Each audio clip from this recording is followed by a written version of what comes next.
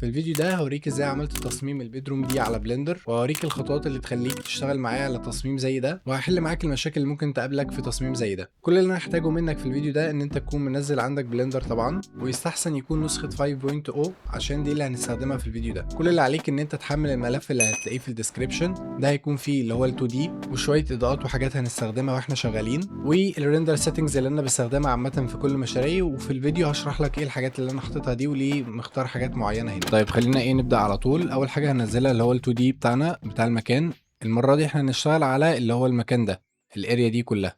دي هتبقى بيدروم بتاعت بوي بيدروم، وفيها دريسنج وكمان معاها حمام. احنا هنعمل الجزء اللي هو ده كده، مش هنعمل الجزء بتاع الحمام. طبعا الاختصارات وكل حاجه هتلاقيها موجوده هنا عشان ما اقعدش كل مره اقول ايه انا بدوس ايه وبتاع. طيب اول حاجه طبعا بننزلها اللي هو البلين. تمام، خلينا نحطه هنا كده وخلينا نمسح واحد من ده، وبعد كده نمشي بالنقط دي بقى على المساحه بتاعتنا كلها اللي هي مساحه الغرفه او الشكل بتاع الغرفه ذات نفسها. تمام، خلينا كده على السريع نعملها. طبعا انا بخلي الحاجات تلزق كده ايدي على الكنترول، واتاكد ان انا من هنا مختار فيرتيسز وايدج مع بعض. عشان تختارهم مع بعض ممكن وانت دايس على الشيفت تختار كذا حاجه مع بعض، بس انا دايما بختار الاثنين دول، وبفضل سايبها مطفيه، يعني مش بخليها منوره كده، بخليها مطفيه ولما ادوس انا كنترول هي تسناب. اول ما اشيل ايدي من على الكنترول ما تسنابش، دي حاجه مهمه خليها معاك. تمام، هبتدي امشي على كل الحوايط، بس هاجي عند البيبان والشبابيك بسيب نقطتين على اول الباب، يعني نقطه هنا ونقطه على اخر الباب. تمام، وهتعرف ليه بعدين. وبعد كده امشي على بقيه الحوائط بتاعتي كده.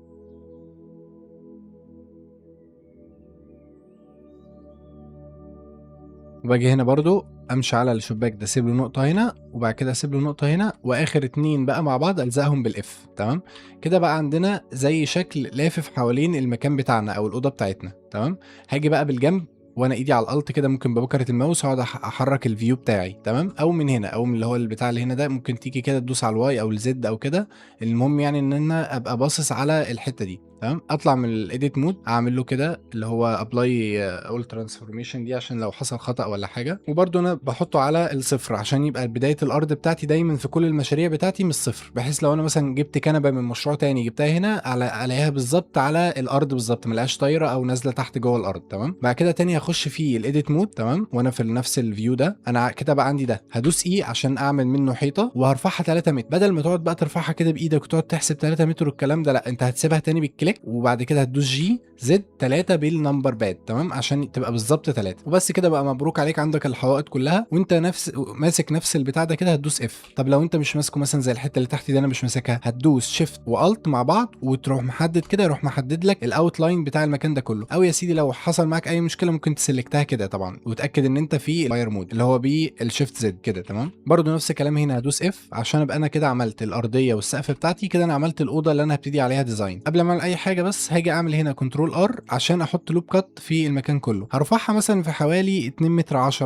ده اللي هو ارتفاع الباب، مثلا خليه 2 متر 10. هاجي هنا بقى ابص على الحاجات اللي انا كنت سايبها نقطتين هنا، بقى هنستفيد من النقطتين دي. هاجي الاقي هنا الشباك. تمام، اقدر ابرزه لبره بالاي واخليه كده. طبعا ده شباك فالمفروض يدخل اضاءه، فهدوس ديليت وامسح الفيس بتاعه بحيث يبقى بالشكل ده كده. يعني انا واقف في الاوضه وباصص لبره واديتها سمك من هنا عشان ما ابقاش قاعد في اوضه كرتون. يعني نفس الكلام الباب هسحبه لبره بالاي واحطه كده هنا، الزقه في اللي هو الجزء بتاعه، بس مش لازم الغي الفيس ده. تمام، عشان ما يدخلش اضاءه. لو انا حاطط مثلا باب شفاف ولا حاجه ما يدخليش اضاءه. نفس الكلام هنا في باب الحمام، هروح سحبه ومدخله كده من غير ما الغي الوش. كده احنا بقى عندنا المكان وعندنا الشباك وعندنا كل حاجه. حاجه بسيطه برده طبعا، دي زي بلكونه صغيره كده، فممكن امسك بالايدج مود. شايف هنا الحته اللي فوق دي، امسك بالايدج مود وامسك المكان ده كده واسحب بالاي برده واعمل كده زي بلكونه صغيره في الجزء ده.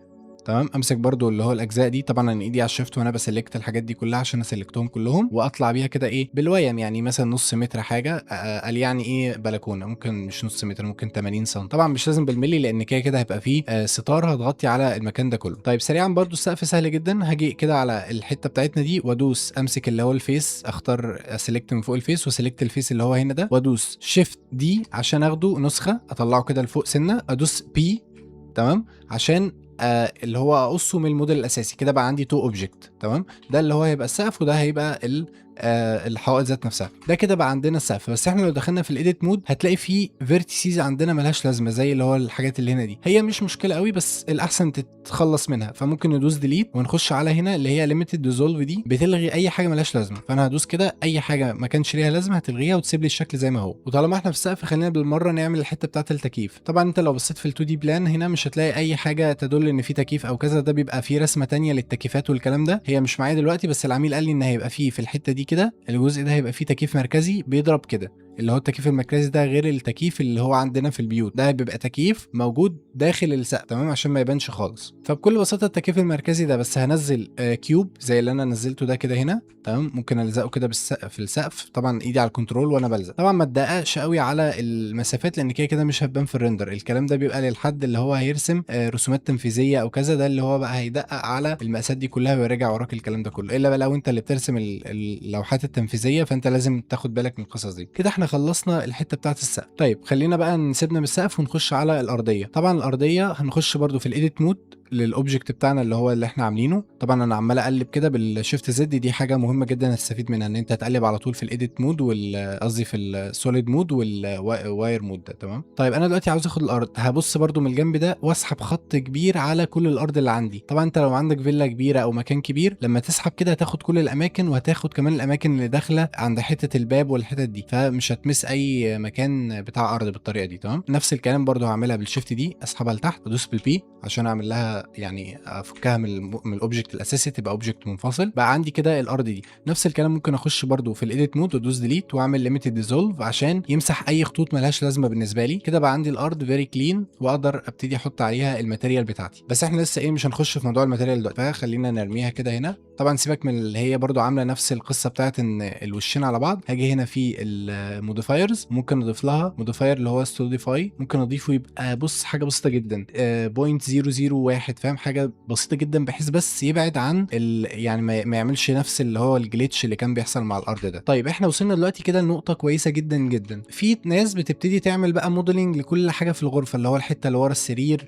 والجزء بتاع الدواليب والجزء بتاع التلفزيون على طول. طبعا ده مش حاجه رياليستيك، حتى في الفيديوهات اللي انا كنت بتعلم منها على اليوتيوب بلاقيهم على طول بيبتدوا في حاجه زي كده، وده خلاني يعني اتاخر كتير قوي في ان انا ابقى شاطر في الشغل ده. ليه؟ لان انت مش هينفع ان انت تبتدي تعمل موديلنج لكل حاجه وانت مش شايف الرسمه بتاعتك ماشيه ازاي. انت لسه بتجمع ريفرنس، انت لسه المفروض يعني بتشوف افكار يعني لسه بتعمل ديزاين. فما ينفعش تبقى انت عامل ديزاين مسبقا قبل ما تعمله. يعني هو المفروض انت بتعمل جزء جزء وتبتدي تحس كده لا دي كذا، لا دي طويله، دي صغيره، يعني على حسب الديزاين ماشي ازاي. طبعا انا عشان عامل الديزاين ده قبل كده، يعني الديزاين ده اوريدي معمول وانا بعيد يعني بعمله تاني من الاول، فعشان كده انا عارف انا هعمل ايه بالظبط. بس انا همشي معاك بالطريقه اللي انا عملتها في الديزاين الاساسي عشان انت تبقى واخد بالك الطريقه ماشيه ازاي. انا اول ما بوصل للمرحله دي ببتدي ان انا ادخل الاضاءه بتاعتي وادخل الماتيريال بتاعت الحيطان والسقف والكلام ده كله اكني داخل في اوضه فاضيه، وببتدي بقى اعمل الديزاين على الاوضه الفاضيه دي. خلينا نبتدي كده باول حاجه ان احنا نشغل الريندر ونشوف عندنا الشكل عامل ازاي. طبعا حاجه مهمه وان شاء الله هقولها في اول الفيديو، ان انت يعني يستحسن تكون منزل المشروع اللي انا سايبه لك ده، اللي هو هيكون فيه الاتش دي ار ده جاهز، وهيكون كمان هنا لما تخش على الماتيريال تاب هتخش على الورلد دي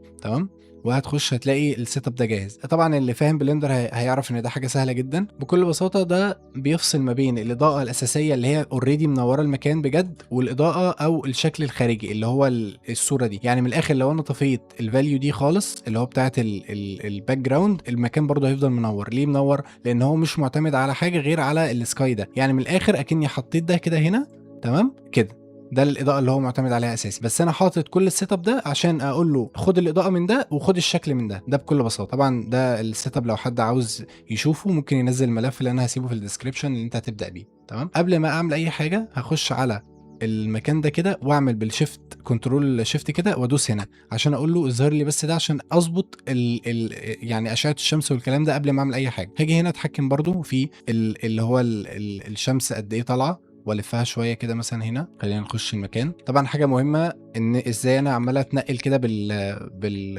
بالدبليو كده كاني بلعب جيم. هتخش على الفيو تمام، وهتخش على نافيجيشن هنا، وهتخش على walking navigation تدوس عليها كليك وتدوس assign shortcut تمام، وتحطها مثلا بالكنترول اف او بالشيفت اف زي ما انا عاملها تمام. ساعتها لما بدوس شيفت اف على طول بنتقل للوضع ده. بص بيخليني ايه يعني اتحرك بسرعه واشوف الاماكن كده اكني بلعب فيديو جيم. نرجع بقى لمرجوعنا، اضاءه الشمس خليني ايه اظبطها. بص حاول بقدر الامكان ما تخليهاش كده يعني عشان ما تبقاش صفرا قوي، خليها مثلا كده. وانت عارف مثلا هنا في سرير، فاضاءه الشمس اعتقد بتبقى افضل على اللي هو الفايبر يعني القماش والكلام ده، فممكن اظبطها كده بالظبط تمام. وعامه في المشروع ده عشان انا عاوز الاضاءه بتاعته تبقى معتمده على السبوتات وان هو يبقى الديزاين بتاعه كده غامق، فانا مش هدخل اضاءه شمس، فاجي من هنا اطفي الانتنسيتي بتاعه الشمس خالص. انا بس عاوز اضاءه طبيعيه تخش بالشكل ده تمام.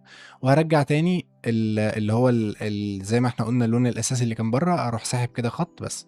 كده بقت الاضاءه عندي نفس اللي انا مختارها هنا في النوت دي، والاضاءه اللي انا شايفها من بره اللي هو الشكل ده. طبعا انت تقدر من هنا تعلي الاضاءه جامد بحيث تبقى كانها ايه نور بره ساطع او كده، او انت لما تيجي الستاره من وراها ما يبانش الشكل بالظبط تمام. بنساعد بقى الاضاءه بتاعتنا دي بالاريا لايت اللي انا سايبها برده في المشروع ده. هي عامه مش حاجه يعني مش كيمياء، هو بس اضاءه كبيره والباور بتاعها عالي جدا اللي هو ايه 2000 تمام. يعني انت عادي ممكن تعملها لو انت مش عاوز تنزل الملف ده تمام. دي بنحطها على بره كده وبنميلها سنه صغيره لجوه كده.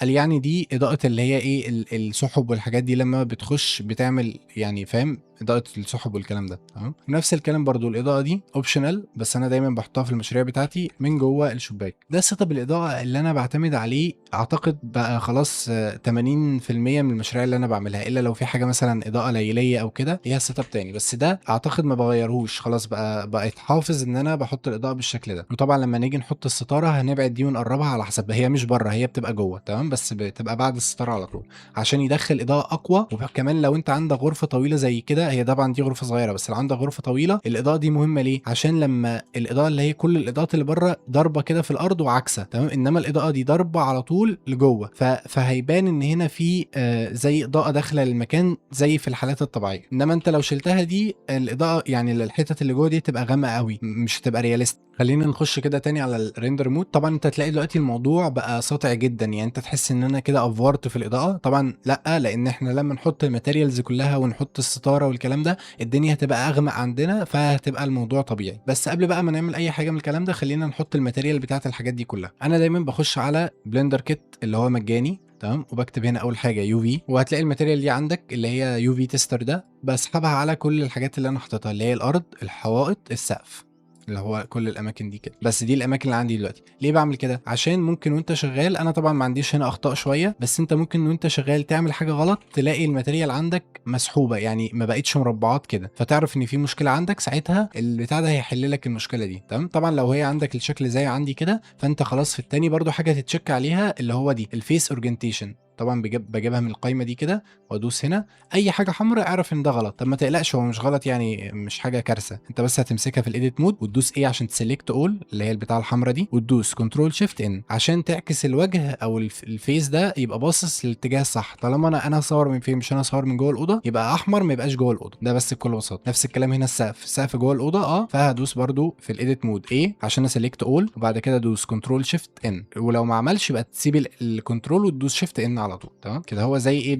بتفليكر ما بينهم كده شايف كده. انا شيكت على كل حاجه عندي عشان نمشي على النظافه، عشان ما تبقاش انت قطعت شوط كبير في المشروع وبعد كده ترجع تلاقي مثلا في عندك اخطاء او في عندك مشاكل تمام. وبعد كده هبتدي اساين بقى الماتيريال لكل حاجه. طبعا انا في الاول وانا مبتدئ كنت على طول بكتب مثلا هنا انا عاوز مثلا فلور خشب، فبكتب مثلا هنا ايه وود فلور تمام كده على اللي هو السيرش هنا ماشي، واقعد اقلب الله ده عجبني اروح منزله. طبعا هي الفكره دي تمام ممكن يطلع منك ديزاين حلو، بس في الاغلب انت مش هيطلع منك ديزاين حلو. ليه؟ لان انت مش بتشوف ريفرنس تمام او بتشوف صور على النت او كذا مجمعها تمام، لان هو انت مش هينفع تشتغل الا لو انت مغذي عينك ريفرنس. انا عمري ما اشتغلت على مشروع الا لو قدامي اللي هو بيور ريف جنبي كده على الشاشه الثانيه مليان صور لحاجه شبه اللي انا عامل لها ديزاين، صور بقى للسرير، صور للارض، صور للباب اللي موجود في الاوضه، صور للشباك، صور للستاره، صور لادق التفاصيل في الاوضه. لو انت مش شغال بريفرنس استحاله تطلع شغل صح، لان انت عينك مش متغذيه اكن واحد مش واكل هيعرف يجري ازاي حاجه شبه كده. فنفس الكلام انا عندي هنا لو انت بدات تبتدي تجمع ماتيريال على هواك، يعني مثلا الماتيريال دي عجبتني الله احطها، اروح مثلا على الحيطه اكتب مثلا وول ماتيريال واروح حاطط اي ماتيريال واقعد اجمع اعمل كده، هيلاقي التصميم عندك في الاخر طلع حاجه عشوائيه جدا.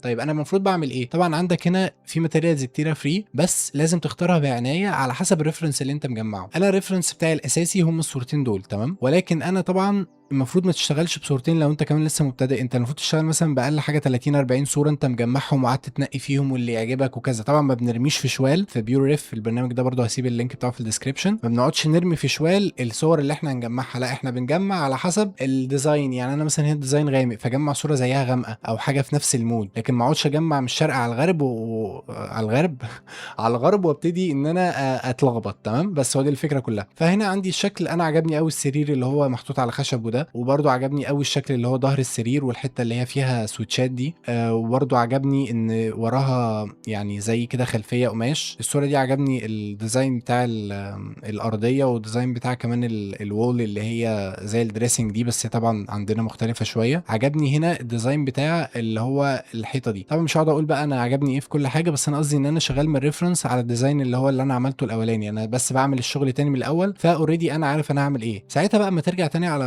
المشروع وتبتدي تبص تاني، هتبقى عينك متغذيه وعارف بالظبط انت عاوز اني ماتيريال للخشب واني ماتيريال للحيطه واني ماتيريال للظهر السرير والكلام ده كله، مش هتبقى بتجمع عشوائي. طيب انا بعمل ايه بعد كده؟ بحط بقى البيبان والشبابيك والحاجات اللي هي ايه يعني على طول دراج اند دروب كده، عشان برضو اخلص منها، عشان اصفي نفسي خالص لموضوع الديزاين. لما اجي بقى ابتدي في مرحله الديزاين ان انا بقى اقعد افكر واعمل ايه، اللي هو اكني برسم كده، بقى ايه مريح دماغي من الحاجات دي. تمام، ما اقعدش بقى ايه بعد ما اخلص الديزاين ايه ده في باب، فاهم؟ فخلينا نكتب مثلا هنا كده دور. طبعا البيبان والحاجات دي مش محتاج بقى ان انت تروح على النت وتلف وتجيب دور، ويعني الباب ده حاجه سهله يعني، وهتلاقي كمان على البندر كيت هنا موديلز كتيره وفي منهم فري. الا بقى لو انت عاوز حاجه يعني ايه ليها شكل كده بطبع خاص وفاهم، يعني ساعتها اصلا انت هتكون محترف فانت هتبقى فاهم الكلام ده، مش محتاج ان انا اقوله لك يعني. انا طبعا اخترت اللي هو الباب ده، الباب الطبيعي عامة اللي احنا عندنا في البيوت، اللي هو بيبقى كده بس مفيش الحتة الخشب اللي طالعة لحد فوق دي. بس عامة ده بيبقى شكله احسن في المودرن او كده يعني، فحطيت الشكل ده، او انا عملته بالايديت مود. دخلت على الايديت مود اللي هنا ومسكت اللي هو الوش بتاعه ده كده رفعته شوية. تمام، طبعا الحاجات دي واختياراتك دي على حسب الريفرنس اللي انت جايبه، عشان كده انا كل مرة بقول الريفرنس مهم. حتى في شكل الباب انا بشوف شكل الباب ايه وايه اللي يعجبني والكلام ده، بدل ما اقعد اعمل انا باب ساعة وفي الاخر يطلع شكله زي الزفت. نفس الكلام هنا للشباك. عامة للشباك بقى يعني انا رايي ما تجيبش حاجه من على حتى بلندر كيت يعني، فاهم؟ انا من رايي تعمله انت كده على السريع، حط كده حاجه، لان كده كده هيبقى مستخبي بستاره. الا لو انت بقى مش عاوز تخبيه بستاره وهتخلي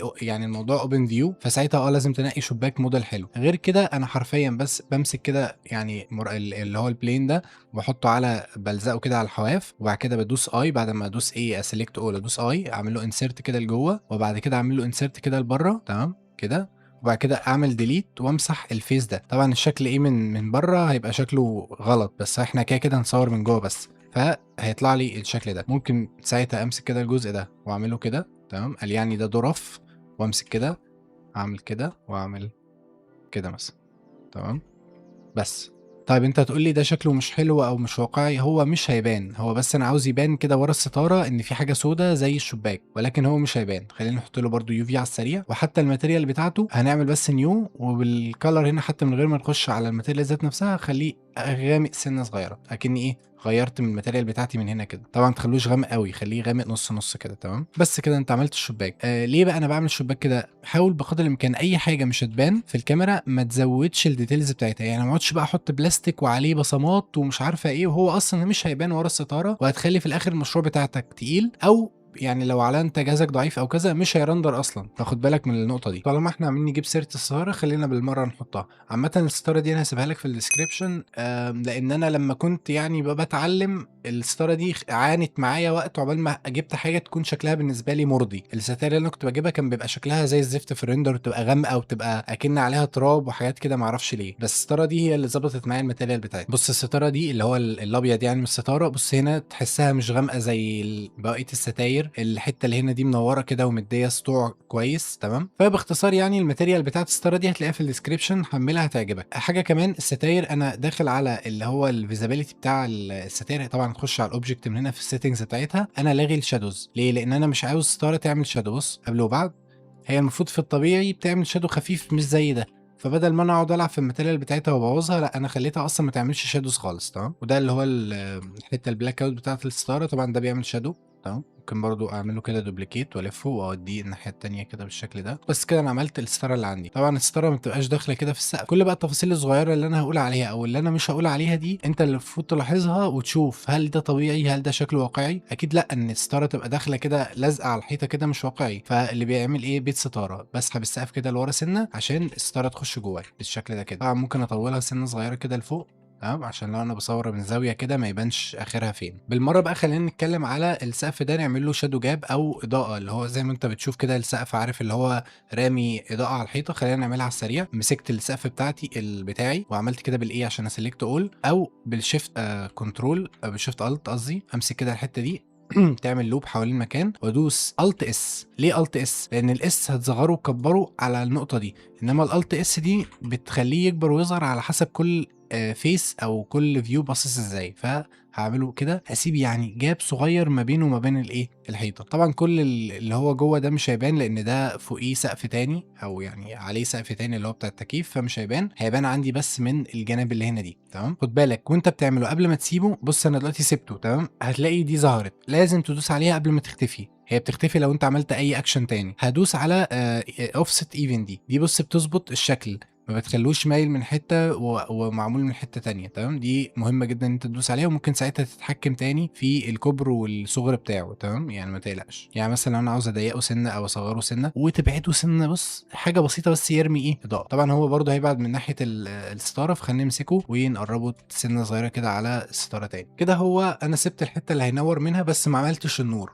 انا كنت زمان بقعد امشي بالاريا لايت، يعني امسك كده اريا لايت احطها اللي هي الاضاءه اللي هي دي، وبعد كده اعملها زي كده طويله، واقعد بقى ايه بالراحه امشي واحطها على الحرف واجي كده واظبطها كده والكلام ده. طبعا الكلام ده هياخد منك وقت وغلط، وفي حاجات معقده مش هتعرف تعمل الكلام ده بشكل صح. فالاحسن ان انت تمسكه في الايديت مود كده، تدوس كنترول ار عشان تحط لوب كات، وتخلي اللوب كات مش يعني تلت وتلتين. يعني بص طبعا كل الكلام اللي بقوله لك ده مش لازم، بس يعني ايه ده الحاجات اللي انا بعملها. يعني بحطه كده قبل الايه، قبل بتاع. بص لو تشوف كده بالجنب انا سايب تلت كبير كده هنا فوق وحته صغيره تحت. ليه بقى الكلام ده كله؟ عشان هاجي كده في الجنب تاني وامسك برده بالالت شيفت، امسك لوب كات كده بالفيس، امسك لوب كات اللي هو فوق بقى اللي هو العلوي اللي هو ده. شايف انا مسكت ايه الحته اللي فوق؟ اروح هنا كده احط لها ماتيريال جديد. طب ايه بقى هي الماتيريال الجديده؟ واحده واحده كده واكتب معايا. هخش امسح ده، ادوس كده سيرش، ادوس ايميشن، ايميشن، احط ايميشن، اعمل له دوبليكيت تاني، ايميشن تاني، واحط لايت باس، واحط اخر حاجه بلاك بادي. هوصل ده كده وده كده، وهعمل بالكنترول شيفت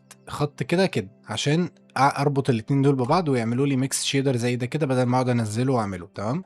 طبعا الحركه دي مش هتشتغل الا لو انت مفعل الايه الادون اللي انا قلت عليه اللي هو اسمه نود رينجلر ده. تمام، ده لازم تبقى مفعله. بكل بساطه هسحب از كاميرا ري اللي هي اول واحده دي واحطها هنا، وبعد كده اسحب اللي هو الشيدر ده واحطه هنا. كده انا عملت ايه؟ كده انا عملت شيدر، بس اللي فوق ده زي ما احنا كنا عاملين لو تفتكر في اللي هي الورلد بتاع المكان اللي هو بيدي شكل، والجزء السفلي ده اللي هو بيدي الاضاءه الفعليه. هنا نفس الكلام. لو انا دخلت كده في الريندر مود وعليت الاضاءه دي قوي، تمام، الاضاءه عندي هتعلى. تمام. طب لو انا عليت دي قوي مش هيحصل حاجه. ليه مش هيحصل حاجه؟ لان دي متحكمه في لما ابص كده من الجنب هشوف ايه. شايف الحته دي؟ بص اول ما اعلي بص هيبتدي يعلى الاضاءه بتاعته، وهبتدي بقى ان انا اعلي ده مثلا اخليه 5، تمام، واخلي ده 0 لان انا مش محتاجه دلوقتي، او خليه 1 عشان ما لو حد بص من الجنب ما يشوفش ان هي فاضيه. تمام. بس كده بالشكل ده. ممكن مثلا 5 بالنسبه لك قليل، خليه 10، خليه 8 لحد ما تظبط. بس كده كده الحاجات البسيطه دي بنعدلها في الاخر. وبكده زي ما انت شايف بص الستاره بعد ما اتحطت الشباك مش باين اي حاجه اصلا منه، حتى اللي احنا عملنا له موديلنج. عشان كده بقول دايما ما تقعدش تحط يعني حاجات مش هتبان في التصميم. تمام. والاضاءه عندنا برده بتاعه السقف بقت ممتازه. اخر حاجه بقى هنجيلها اللي هو موضوع ان انت تعمل بقى الديزاين بتاع الغرفه. طبعا على حسب الريفرنس اللي انا جمعته، يعني انا عندي فكره عامه عن الشكل هيبقى عامل ازاي رسمه في دماغي. طيب خلينا اول حاجه ننزل بلين عشان نعمل الحته اللي هي ظهر السرير. وزي ما انت عارف عامه الموديلنج في الانتريور في اي يعني مش محتاج ان انت تكون بروفيشنال قوي في الموديلنج عامه. يعني هو كل الاشكال عباره عن مستطيلات،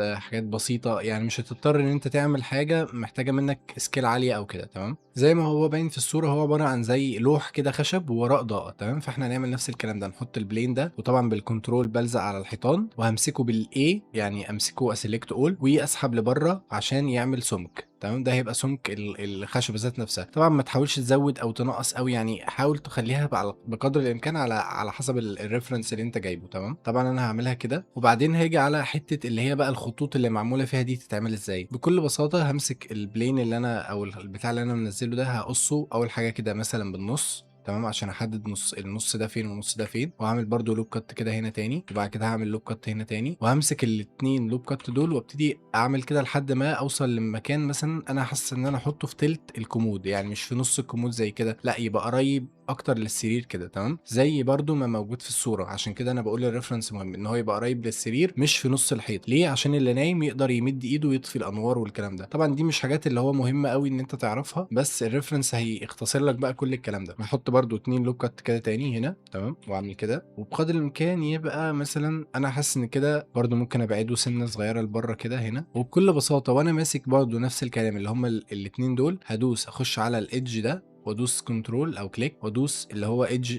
سبليت. بعد ما عملت الشكل ده عاوز بقى اقصه عشان يديني الخطوط اللي انا قلت عليها. همسك الاثنين اللي انا عاملهم في الايديت مود، وهتاكد ان انا مسلكت الايدج، وبعد كده ادوس كليك عادي بالماوس، تمام، وبعد كده اخش هنا اقول له ايدج سبليت، يعني اي ايدج قطعه اللي انا ماسكه. تمام، بعد ما يعمل كده هتلاقي مفيش اي حاجه اتعملت. لازم بقى عشان ناخد الايفكت ده لازم نضيف 2 موديفايرز. اول حاجه هنضيف اللي هو السوليديفاي موديفاير، وبعد كده وراه على طول ندوس او نضيف البيفل. تمام، بص اول ما تحط الاتنين دول على بعض هيديك الشكل ده. طبعا ارتفاع اللي هو الجزء ده مش مشكله دلوقتي، سيبه وهنبقى نعرف اول ما نحط السرير والكلام ده كله. تاني حاجة هنضيف تاني بقى بلين عشان نعمل اللي هو الجزء اللي هو بدل الكومود ما يبقى منفصل، لا هيبقى زي كده في الصور جزء من الأرض أو جزء من الموديل بتاع السرير. فبرضه هاجي كده أعمل الكومود مثلا نخليه على قد اللي موجود عندي في الرسمة، اللي هو مثلا 40، ممكن نخليه بالظبط مثلا 45 سنتي، اللي هو 400 يعني. وسريعا برضه كده خلينا نعمل الجزء اللي هو بتاع الكومود اللي هو هيبقى برضه زي الصور، اللي هيبقى نايم على الأرض وفوقيه اللي هو الشكل ده كده. تمام، طبعا زي ما انت شايف كل الأشكال بسيطة. هحط برضه كده زي بلين واحاول اظبطه يكون على وش الكومود اللي هو عندي، ما احاولش ان انا اخليه لازق في الحيطه اللي هنا دي، اللي هو ما يبقاش كده، لا يبقى راجع ورا سنه صغيره، يعني يبقى في الحدود دي كده. مثلا ممكن نخليه 0 بوينت مثلا 44 0.45 كده يعني. تمام، مش تفرق. وبعد كده هزقه لاخر الحيطه من الناحيه دي وبعني من الناحيه دي كده. خلينا نطلع من بره عشان نلزقه هنا. وبرده هخليه اعلى سمك كده مثلا بالويم برده، وارفعه سنه عن الارض كده. انا عملت اللي هو الحته اللي هيقعد عليها الجزء بتاع الكومود زي اللي موجود في الريفرنس عندي. خلينا بالمره نعمل بقى الجزء اللي هو الحته اللي تحت السرير دي. فهنحط برده بلين ونحاول نظبطها على قد السرير بالظبط. تمام، طبعا اللي مش عارف انا بدوس بالكنترول عشان اسناب، تمام، قلناها في اول الفيديو. ويبقى كده هعمل بالاي عشان اسحب لفوق بالشكل ده كده، يعني مثلا بالوايم. يعني انت بتشوف الريفرنس وبعدين تبص تقيم بعينك. ممكن نصغرها حته صغيره ونرفعها طبعا عن الارض جزء صغير عشان تبقى طايره كده شويه، زي برده اللي موجود عندنا في الصور. وبرده لو عاوز تعمل يعني في ديتيلز كده ان هي من الارض بقى من تحت عامله كده بالاي عشان اعمل انسرت لجوه، وبعد كده اسحب لتحت عشان ايه اكنها نازله قاعده على الارض. وبرده تفصيله كمان، ممكن هنا ادوس اي وادخل ده كده لجوه مثلا، وبعد كده اسحبه لجوه عشان تكون حته صغيره داخله فيها ايه المرتبه، زي ما موجود برده عندنا هنا في الصور. واخر حاجه هنعملها اللي هو الحيطه اللي هي القماش اللي ورا السرير دي، هنعمل حاجه شبهها كده. فبرده بكل بساطه نحط بلين كده، وبعد كده نعمله نلفه ونلزقه بقى على الحيطه. نحاول نخلي الكورنرز بتاعته كلها على الحيطه. نخش الايديت مود ونلزقه على الكورنرز كلها كده، تمام، على السريع كده. تمام، وبعد كده نعمل لوب كات ونسحب بالبكره. طبعا اللوب كات بالكنترول ار، ونسحب بالبكره عشان نعمل الخطين زي ما موجود في الرسمه. وممكن نبعدهم عن بعض كده سنه مثلا يبقوا هنا كده زي في الريفرنس. بص الخط قبل ده طبعا يعني ما تمشيش على الريفرنس برده 100%، بس حاول لو انت لسه مبتدئ امشي على الريفرنس 100% عشان السرعه عندك ما تطلعش شكلها غريب. لان الريفرنس ده التفاصيل الصغيره الدقيقه قوي دي هي دي اللي في الاخر بتطلع تصميم يبقى شكله غريب، وتصميم تاني يبقى شكله يعني يمشي. تمام، طبعا زي ما احنا قلنا لو عاوزين نعمل اي حاجه تبان فيها خطوط او اللي هي الديتيلز الصغيره دي، فهنضيف لها التو موديفايرز اللي هم السوليديفاي اللي هو ده، وبعد كده هنضيف البيفل. طبعا برضو مش هنلاقي حاجه ظهرت عشان احنا مش قاصين الخطوط دي. فهخش في الايديت مود وادوس A عشان اسلكت اول، واختار من هنا الايدج مود او الايدج سيلكشن، واروح دايس كليك ودايس ايدج سبليت. هتلاقي ظهر عندك الخطوط دي. طبعا هنا الخطوط بقى لازم تتحكم في قوتها، بس مش مشكله دلوقتي. طبعا من هنا ممكن ايه اللي هو خليها باينه قوي او خليها مش باينه قوي من هنا، بس خليها دلوقتي كده بالشكل ده، وبعدين هنبقى نرجع لكل التفاصيل دي بعدين. وبكده اصلا تكون خلصت الجزء بتاع الموديلنج بتاع السرير. يعني هو شفت الموضوع سهل جدا وبسيط جدا، مش محتاج اي اي حاجه. طبعا قبل ما بحط اي ماتيريال زي ما اتفقنا بنحط اللي هو اليو فيز دي عشان نتاكد ان اليو في بتاع الموديل ذات نفسه مظبوط، ما يبقاش فيه حاجه غلط او كده. تمام، فانا شايف ان ده كده تمام ما فيهوش اي مشاكل. نبتدي بقى نحط الماتيريال. طيب وعشان بقى اضيف اللي هو الخط الاسود ده يبان زي ما موجود هنا كده في التصميم، هخش على الموديفايرز، اخش على البيفل، واخش على الشيدنج، واشغل دي بالمره يعني.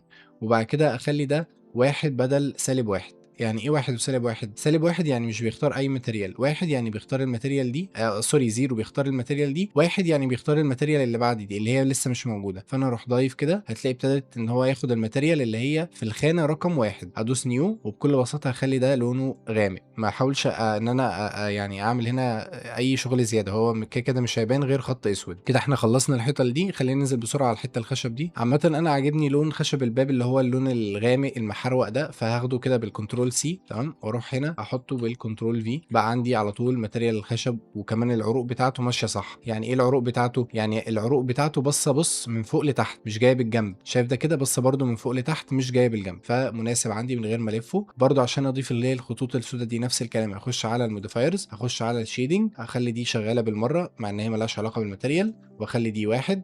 واروح هنا اضيف ماتيريال جديده واخليها بلاك، او اخد نفس الماتيريال دي كده كده مش تفرق يعني. نفس الكلام برضو اللي هو الجزء ده هديله نفس الماتيريال ده، فهمسكه وامسك التاني وادوس كنترول ال واقول لينك ماتيريال، يعني خد نفس الماتيريال بتاعت ده. هنا هنلاقي بقى ايه؟ هنلاقي ان العروق او قشره الخشب ماشيه غلط. بص هي دلوقتي ماشيه كده والمفروض تبقى ماشيه كده. دي حاجه مهمه انا كنت ايه بستخف بيها وانا مبتدئ، بقول إيه الفكره يعني عادي ما يمشي اي مكان، لا بس هي بتدي شكل كده غريب للي هو متعود يشوف يعني شغل انتيريور ديزاين وكده. فالمفروض نخلي القشره ماشيه صح، ونعرف ازاي ان هي ماشيه صح ولا غلط من الريفرنس. بص هنا القشره ماشيه ازاي بالجنب. نفس الكلام برضو السرير، هاخده واخد ده كده بالشيفت، وبعد كده ادوس كنترول ال وادوس لينك ماتيريال عشان يديني نفس الشكل كده. برضو نفس الكلام، هلاقي ان القشره بتاعه الخشب بتاعه السرير المفروض تمشي بالطول وهي عندي هنا، او بالعرض سوري، وهي ماشيه عندي هنا بالطول. فهمسكه وبكل بساطه الفه 360 درجه في اللي هو اليو في اديتور كده 90 درجه عشان يبقى بالشكل ده كده. تمام كده عندي القشره بتاعت الخشب بقت ماشيه ايه صح. طبعا حاجه بقى بونص تip كده، ان انت تحط موديفاير اللي هو بيفل على كل الحاجات دي عشان ما تدكش اللي هو الشيب الهارد ايدج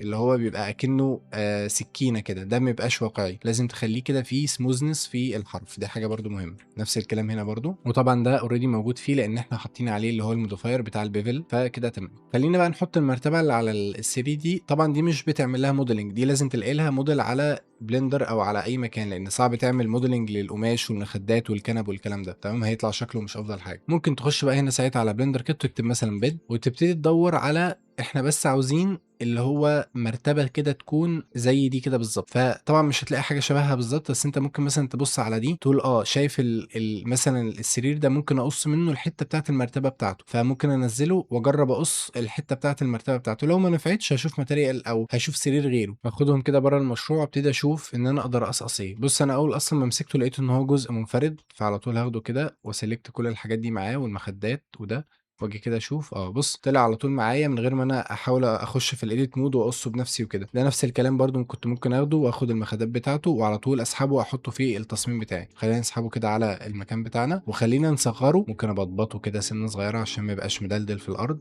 وانزله سنه صغيره. يعني زي ما انت شايف شكل ممتاز، وكمان لما يترندر اللي هو العروق بتاعه القماش دي هتبان وهتدي تفصيله جميله جدا. خلينا بقى بالمره نعمل اللي هو الجزء الكومود اللي جنب السرير ده. بكل بساطه هحط الكرسر بتاعتي هنا بالشيفت والرايت كليك عشان احطها في المكان اللي انا هنزل فيه الكيوب، وادوس شيفت ايه كده ونزل كيوب على طول على السريع. زي ما قلت لك الموديلنج في الانتريور مش صعب خالص لان هو كله ايه كيوبات وحاجات وكده. تمام، فخلينا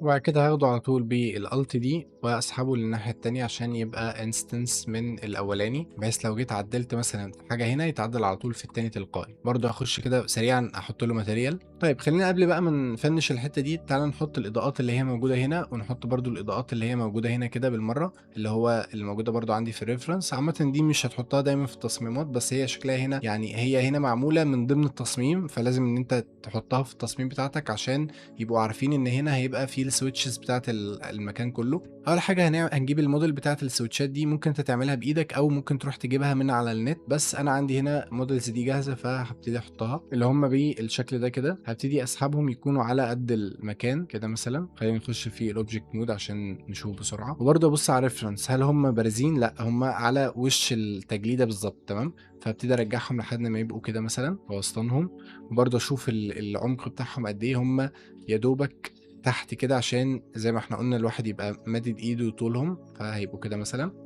كده نكون عملنا اللي هو الشكل بتاع الاتنين دول. لو فتحنا كده بقى ريندر وبعدين نبص تاني على الصورة ونشوف ايه اللي ناقص او ايه اللي شكله مش افضل حاجة، انا شايف ان الموضوع كده تمام، ناقص بس الاضاءة اللي هي ورا السرير دي نعملها. طبعا الاضاءة اللي ورا السرير دي ممكن اعملها بكذا طريقة، ممكن اعملها ايميشن شيدر، او ممكن طالما هي خط كده بالطول ما فيهوش اي تعوجات او كده ممكن نحط اريا لايت، لان دايما الاريا لايت هتبقى افضل للريندر من الايميشن، مش في النتيجة لا في وقت الريندر او كده يعني، في تقل الريندر، فاهم قصدي؟ فخلينا نحط اريا لايت طالما الموضوع يسمح يعني. دايما خلي الاريا لايت تخش في السيتنجز وافتح اللي هي التمبريتشر دي وخليها مثلا 3600 كده، وخليها مثلا 3 او كده عشان ما تبقاش عاليه قوي بالويم برضو، لان حتى لو طلعت من الناحيه دي يعني كده كده طالعه لبره فمش هتفرق معانا. بس كده اهم حاجه ان هي تكون ظابطه او جايب المكان كله. طبعا ما تبقاش طالعه من ناحيه هنا تنور لي هنا جزء كده بالغلط يعني. كده تمام، ممكن ابتدي بقى اعلي واوطي اشوف الدرجه اللي انا عاوزها. انا شايف مثلا ان 5 ممكن تبقى كويسه. ممكن بقى ساعتها ارجع على الالوان بتاعه السرير، كان مش عجباني قوي اللون اللي هو الجراي ده، فممكن اديله لون مثلا يعني كده حاسس لونه افضل. ودايما في التصميمات مؤخرا يعني بقيت اخلي التصميم كله ساده بلين، يعني ما فيهوش قصدي الوان فاقعه وكده، واخلي لون واحد بس اللي هو فاقع، بحيث ده يبقى اللون الاساسي للتصميم. وابتدي اطعمه بقى في اجزاء ايه كتيره في المكان، زي ما هنشوف مثلا في الكرسي اللي هنا عامله نفس الماتيريال اللي هي واخده اللون البني الحريري ده. تمام، كده احنا خلصنا اعتقد اللي هو الجزء ده. فاضل الدريسنج. بص الدريسنج سهل يعني عامه، لو الدريسنج انت مش هتحط فيه تعب او تصميم كتير، انا عامه بعمله كده كروته، بحط دولاب من عندي من اي مكان. ممكن برضو تختار من هنا دولاب كموديل. انا مثلا عندي الاسد بتاع الدولاب ده من اي مش، تمام، ده طبعا مدفوع، بس شايف الدولاب هنا الماتيريال بتاعته او الديزاين بتاعه زي الفل، والماتيريال بتاعت الازاز مع الهدوم اللي ورا مترصصه بشكل كويس والاضاءه والكلام ده. فانت ممكن تتشيت الموضوع ده بان انت دايما تخلي مثلا دولاب فيه ازاز او سوليد براحتك، ولو هو مش جواه اضاءات حاول تحطها انت بقى بشكل ايه يكون حلو يعني. كده ايه بالنسبه لي بقى كويس. بس ايه زي ما قلت لك الدواليب مع الازاز وكده هي مش هتبان، ومش لازم تقعد تتعب فيها وتضيع فيها وقت كتير، الا لو هو المين ديزاين يعني. لو ده المكان يعني انت مثلا بتصمم دريسنج روم يبقى اكيد لازم تهتم، لكن احنا هنا بنصمم غرفه وبس، في شوتس قليله اللي هيظهر فيها الدولاب، فاكيد لما مثلا اصور الزاويه دي مش عاوز يبقى باين هنا حاجات فاضيه او حاجه هنا شكلها وحش تبوظ لي التصميم كله. لازم كل حته في التصميم تبقى هاي كواليتي بالقدر اللي انا هقربه منها يعني. لو حاجه بعيد قوي مش لازم اقعد اتعب عليها وقت طويل. فنفس الكلام هنا للدولاب، انا هرفعه كده سنه لحد ما يوصل للسقف، وطبعا همطه كده سنه صغيره بحيث احط الضرفه الاخيره على الحيطه كده بحيث يبان ان هو كان 3 قطع. ممكن اعمل له دوبليكيت كده واسحبه للناحية التانية كده. كده احنا يعني ايه مش هنقول خلصنا الجنب ده، ولكن الجنب ده خلاص بقى يعني شوية سوليد، فخلينا ننقل على الجنب اللي بعده. تمام، اللي هو بتاع التلفزيون. هو بكل بساطة التلفزيون هيبقى عبارة عن زي رف كده هنا، هيبقى رف كده هنا زي ما موجود في الرسمة عندنا، وهيبقى في كرسي هنا قدامه تسريحة او مراية، وبعد كده جزء التلفزيون بالرف ده هيبقى برضو زي اكنه تكملة ليونت التلفزيون. تمام، فعندنا اول حاجه الوحيده اللي هنعملها موديلنج هو الجزء بتاع الرف ده، والجزء بتاع التجليده بقى اللي ورا التلفزيون. هو بكل بساطه الرف انت تفكر ان هو هيبقى هو سهل، بس هو لازم تخلي فيه ديتيلز عشان يبان ان هو شكله كويس. تمام، هو مش عباره بس عن سوليد كيوب كده هيتحط وخلاص. فبرضه بكل بساطه خلينا ننزل بلين ونعمل كده هنا، نسحبه كده هنا. هنمسك الفيرتيسيز دي عشان نعمل الايدج ده بالشكل ده، هندوس شيفت كنترول بي كده عشان نعمل كده. شايف نسحب نعمل بيفل للفيرتيسز ذات نفسها بالشكل ده كده. كده بقى عندنا اللي هو الجزء اللي هيتبني عليه بقى كل الحته بتاعت الايه البتاع ده. تمام، هرفعه كده سنه عن الارض. طبعا سنه عن الارض دي مش بمزاجك، هو دي لازم يكون ليها ارتفاع. ممكن تبحث على الارتفاع على النت بالظبط كام، او ممكن تنزل اي موديل من على بلندر مثلا دريسر او كده، فتعرف بالظبط ارتفاع البتاع ده هيبقى اوله كام. فانا مثلا لقيت ان هو هيبقى اوله هنا، فهحطه كده هنا وخلاص، وهلغي بقى ايه دي مش محتاجها تاني، وابتدي اعمل ديزاين من هنا. تمام، اول حاجه هنزله كده لتحت. اول بص هتلاقيه عمل احمر عادي مش مشكله، هندوس في بنسلكت اول وندوس كنترول شيفت ان او كنترول او شيفت ان عشان اقلب الوش بتاعه يكون للوش الصح. عشان تعمل بقى اللي هو الديتيلز البسيطه والكلام ده، هو بكل بساطه عاوزين نعمل الديتيلز بتاعت ان دي خشبه لوحدها وفي هنا ادراج فهيبقى في فواصل، ونعمل برضو ان ده في فاصل من هنا ان دول خشب متركب مع بعضه مش قطعه واحده كده سوليد، عشان يكون التصميم فيه واقعيه. هو الكلام يبان معقد بس هو بكل بساطه هعمل دي كده كنترول دي عشان اعمل نسخه منها، وبعد كده هسحبها لفوق كده. اول ما احط بقى البيفل هيبتدي يديني التفاصيل اللي انا بقول عليها دي، ان دي اللي هو الجزء اللي فوق ده اكنها خشبه متركبه فوق الخشب ده. شايف الجزء الصغير ده؟ يعني دي ديتيلز بسيطه بس دي اللي بتبين اللي هو اللي شاطر في التصميم واللي هو لسه مبتدئ. نفس الكلام همسك الثلاثه دول واعمل شيفت دي، اعمل لهم دوبليكيت وادوس بالبي عشان اقصهم من المجسم الاساسي وادوس كده. دول بقى عاوز اقصقص ده عن ده عن ده، يعني عاوز اقصقص الوشوش كلها عن بعض، فهختار الايدج مود واعمل ايدج سبليت زي ما احنا عملنا في اللي فات، وبعد كده نحط سلوديفاي عشان يبقوا اتخن سنه، اخلي وشه لبره. ساعتها بكل بساطه هتلاقي طبعا نزل بيفل تحت بالشكل ده، يعني يبان ان هو خشبه فاهم متفصله جنب خشبه. خلي برضو المسافه قليله جدا، ما تخليش مسافه عملاقه كده، يعني كده شكل ممتاز. طبعا الجزء اللي فوق ده المفروض يبقى يعني زي ما تقول كده ايه مغطي على الدرج، يعني الدرج ما يبقاش بارز لبره، المفروض الجزء اللي فوق ده اللي يبقى بارز لبره. فهمسكه كده لوب كات وادوس الت اس سوري عشان اسحب كده لبره كده. شايف الفرق بين الاس والالت اس؟ شايف؟ هسحب كده بالالت اس سنه لبره وادوس اوفست ايفن دي قبل ما تختفي وبس كده. همسك بقى اللي هو الجزء ده بتاع الادراج اللي هو ده اللي هو موجود لوحده، وبرده هقصقصه كده كام قصه على حسب، مثلا انا هخلي 4 ادراج فهعمل له لوب كات كده 4 زي ما انت شايف. وبرده وانا في الايدج مود هدوس كده وايه ايدج سبليت عشان يديني الفواصل اللي هيبان ان ده درج وده درج وده درج. تمام كده خلصنا موديلنج اللي هو الجزء ده. يعني شايف الموضوع كله بسيطه جدا ما فيهوش اي تعقيد. اتاكد بس ان كل حاجه الاول شكلها تمام. همسك بقى كله، امسكهم كده الاثنين بالشيفت، وامسك حاجه تكون عليها الماتيريال اللي انا عاوز اخدها بالشيفت، كنترول ال ولينك ماتيريال. هنا بقى ايه لازم تاخد بالك من موضوع القشره. القشره حاول تخليه، انا هي ملهاش قانون معين بس حاجه مثلا بالطول يبقى القشره بتاعتها بتمشي بالطول. هي انا مش عاوزك تقعد تحسبها كده، انت اتفرج على الريفرنس واعمل نفس الريفرنس اللي انت ماشي عليه. انا هنا عاملها كده بالطول، نفس الكلام ده هلفها كده بالطول عشان تبقى ماشيه كلها سحبه واحده كده. تمام خد بالك من موضوع القشره ده عشان بجد بيخلي التصميم شكله وحش لو ما اتعملش صح. بص كده لو بصيت مش هتلاقي الفواصل دي باينه، فلا اما تكبرها وده غلط، او يعني حاسس في التصميم ده لو كبرتها هيبوظ الشكل، لا اما تروح تاني على اللي هي البيفل، تخش على شيدنج، تدخل تشغل دي بالمره وتعملها بدل واحد تخليها بدل -1 تخليها 1. تروح هنا تخلي الماتيريال دي، بص هو على طول اختار الماتيريال اللي هي في تاني سلوت اللي هي كانت عندي ميرور اللي هو من ماتيريال الباب دي. خلينا نلغي الاتنين دول وخلينا نروح على الماتيريال اللي كانت هنا اللي هي اللي انا عملتها اللي هي البسيطه خالص، ونحطها كده هيبان شويه اللي هو الخط الاسود ده يكون ايه باين في التصميم. تمام وكده بقى عندي شكل الايه الرف او اليونت دي جاهزه وشكلها اعتقد هيبقى حلو. يعني خلينا برضو نعمل الجزء اللي هو اخر جزء عندنا في التصميم اللي هو الوول ديزاين او زي ما بيقولوا عليه الكلادنج او التجاليد او الكلام ده كله اللي هو هيبقى ورا الحته دي. هنحط برضو بلين. نشوف بقى انا مثلا هعمل تجليده تكون يعني لحد هنا كده، مش هكملها للاخر عشان العلاقات ما تبقاش وحشه، يعني مش عاوز الزقها هنا فيبان الجزء اللي هنا ده غريب، ومش عاوز برضو الزقها على اخر اليونت فيبان جزء هنا كده ملوش لازمه صغير. فيعني طبعا كل ده على حسب الريفرنس، بس انا عشان عملت التصميم ده قبل كده فعارف انا هعمل ايه بالظبط. تمام هنحط هنا كده لوب كات لان الجزء ده هيبقى مرايه، وممكن احط هنا كده لوب كات عشان هعمل الخشب يكون ماشي قشره اللي هو ايه زي اوبن بوك، يعني خشب ماشي كده وتاني خشب ماشي كده. تشوف دلوقتي انا هعمله ازاي ده كده بكل بساطه. طبعا هضيف كالعاده سوليديفاي كده، وبعد كده هضيف بيفل. طبعا هخلي السوليديفاي باصص لبره، وبعد كده اسحب التجليده دي كلها كده لبره سنه عشان انا هعمل بيت نور او اضاءه في الجنب كده في الحته اللي هنا دي هعمل نور. وممكن اخلي سمك الخشبه ذات نفسها اكبر من كده لان مفيش تجليده بتبقى بالرفع ده، فخليها كده واقلل شويه البيفل يبقى كده. تمام عشان بقى اظهر الفواصل اللي انا عملتها دي هخش في الايديت مود وادوس نفس القصه، فاخش في الايدج وادوس كده كليك وادوس ايدج سبليت عشان يعمل لي خطوط كده. طبعا هتحكم في سمكها والكلام ده من هنا من البيفل، واخش على الشيدنج افعل دي واخليها 1، وبعد كده ابتدي اعمل الماتيريال بقى بتاع الجزء ده. مرايه هنا تمام، وبعد كده الحته اللي هي الخشب دي هعملها بنفس نوع الخشب.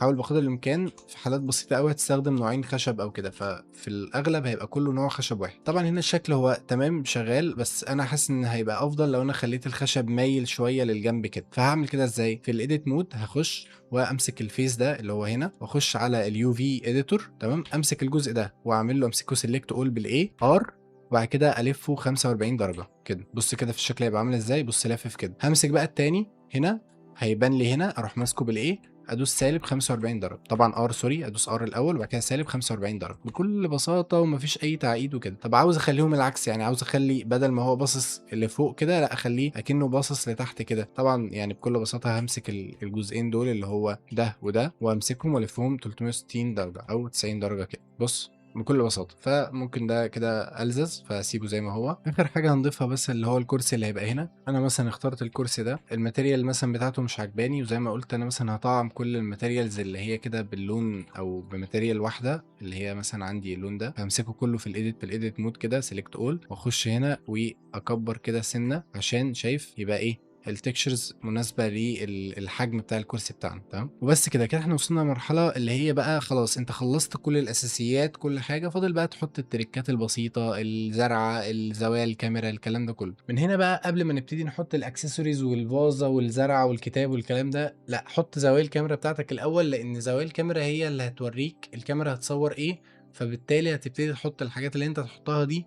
تكون يعني ايه زي ما تقول معموله او باصه للكاميرا. ده على فكره اللي بيعملوه الناس اللي هي بتروح تصور اماكن او كده، هم ما بيخشوش الاوضه ويبتدوا يصوروا كده على طول، لا هم بيقعدوا مثلا يحطوا الكاميرا بتاعتهم هنا اللي هو الريج بتاع الكاميرا، وبعد كده يقعدوا يحركوا الفازه اللي هنا، يجيبوا حاجات اصلا معاهم يبتدوا يحطوها هنا. يعني هم اصلا بييجوا يخلقوا المكان اللي هم هيصوروا فيه. تمام، فانت برضو تعمل من نفس هذا المنطلق، ان انت بتحط زوايا الكاميرا بتاعتك الاول، وبعد كده بتبتدي بقى تشوف هتديكوريت المكان ازاي بالاكسسوارز اللي هي مثلا كتاب، نضاره، فازه فيها زرع، الكلام ده كله.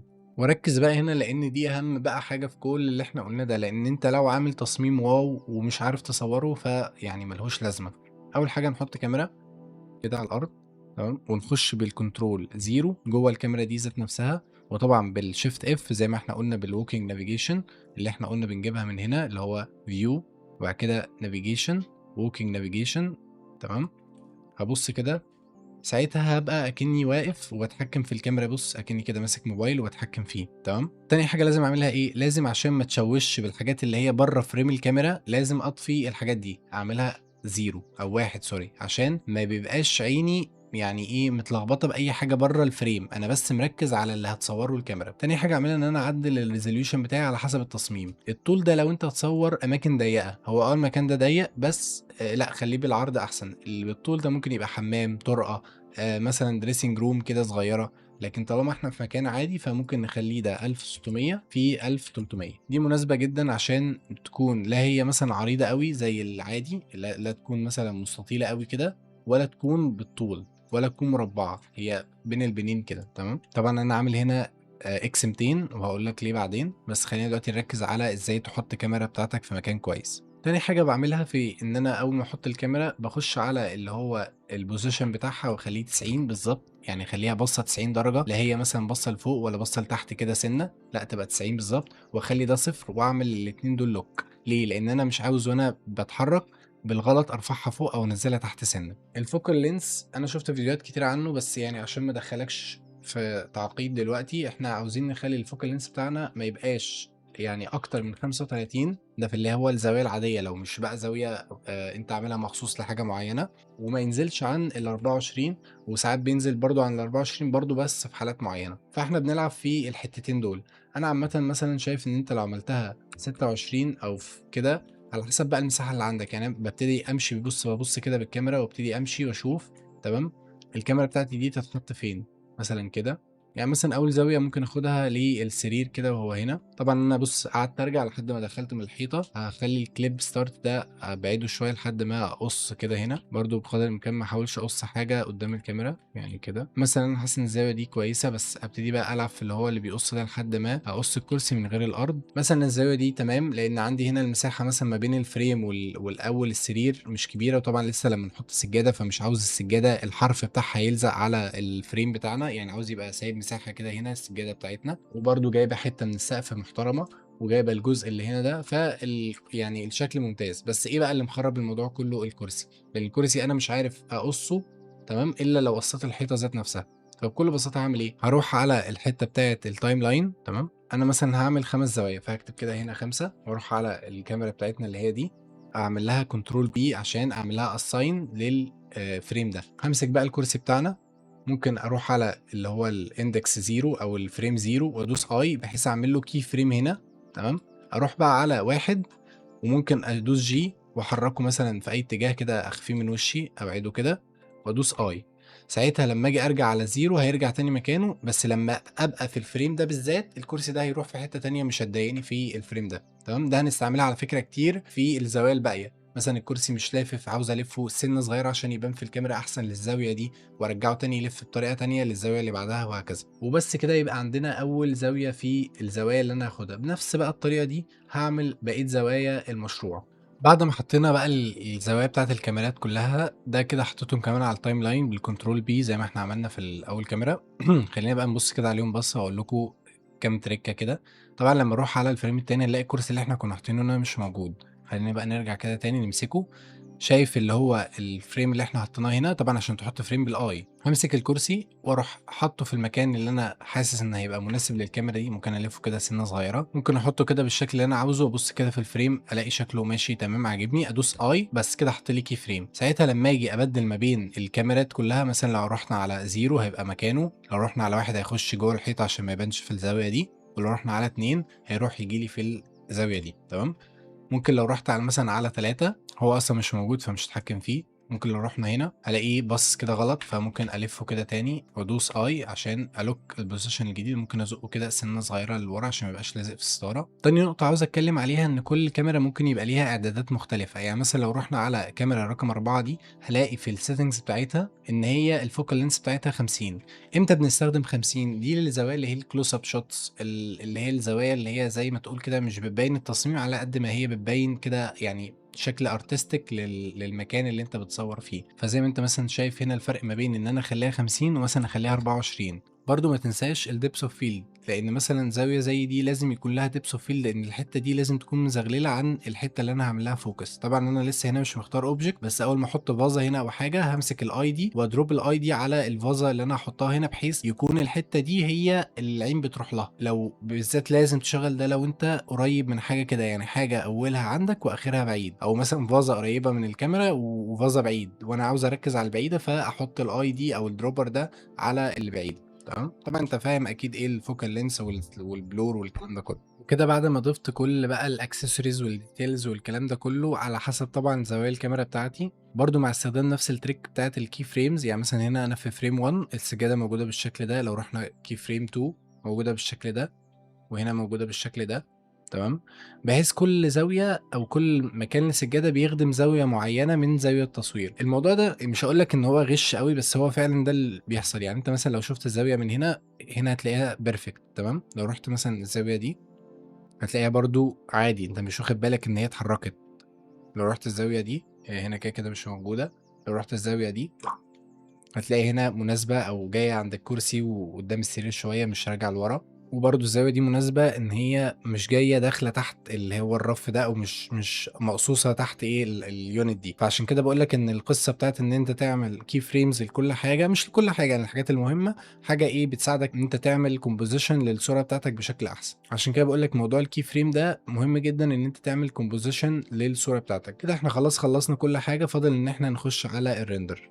واخر حاجه اعدادات الريندر. انا عامه الفايل اللي انا منزله هتلاقي فيه اعدادات الريندر كلها جاهزه زي ما هي، فمش هنغير حاجه اعتقد في المشروع ده. بس ممكن مثلا نقلل السامبل شويه نخليها 124. ليه؟ لان احنا بنرندر على يعني دبل الريزوليوشن. يعني مثلا لو انا برندر على 1K لما اعملها في 200 يعني انا كده برندر على 2K والعكس بقى. وطبعا افضل ان انت ترندر على هاي ريزوليوشن، يعني الصوره تبقى يعني كبيره او زي ما تقول كده مش مبكسله، وتكون مرندر على لو سامبلز، احسن من ان انت تخلي مثلا الصوره 1K وترندر على سامبلز عاليه كده. ده الافضل ان انت ترندر على سامبلز قليله وتعلي الكواليتي بتاعت الصوره ذات نفسها. انا شايف ان كده يعني النسبه حلوه وهتطلع لنا صور كويسه. طبعا ما تنساش ان انت تكون مشغل السمبليفاي عشان لو الجهاز عندك هيتقل او حاجه. انا دايما بخليه على 4000 اللي هو التكشر ريزوليوشن، وممكن كمان بطفي السبديفيجن ده عشان لو في حاجه مثلا معمول لها سبديفيجن او كده كتير ما مش مهمه عندي. وفي البرفورمانس لازم تتاكد ان انت مشغل اللي هو الخيار ده. وبس كده هنعمل هنا في ريندر،